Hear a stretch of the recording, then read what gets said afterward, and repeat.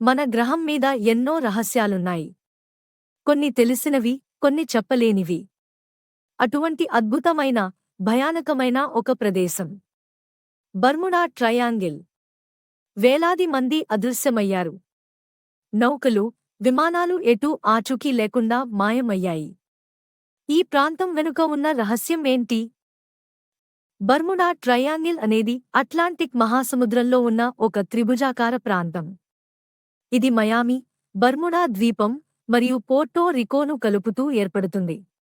December 1945 American నావికాదళం నిర్వహించిన flight 19 అనే bomber విమానాల దళం సాధారణ శిక్షణకు బయలుదేరింది.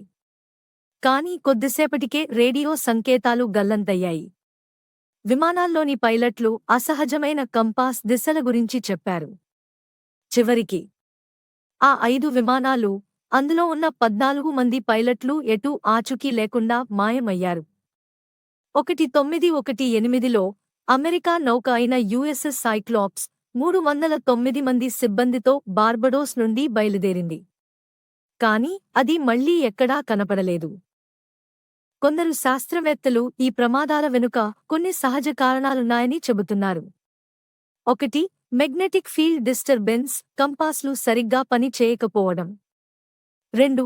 వాతావరణ మార్పులు, తుఫాన్లు, సముద్రపు అలల ఉధృతి. 3. మెథేన్ గ్యాస్ బబుల్స్, సముద్ర అడుగు నుంచి మెథేన్ బబుల్స్ బయటికి రావడం వల్ల నౌకలు నీళ్లలోకి దిగిపోయే ప్రమాదం. కాని అంతేనా?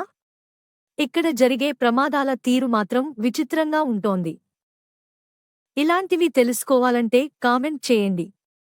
లైక్ మరియు షేర్ చేయడం మర్చిపోవద్దు. ఉంటాను. బాయ్.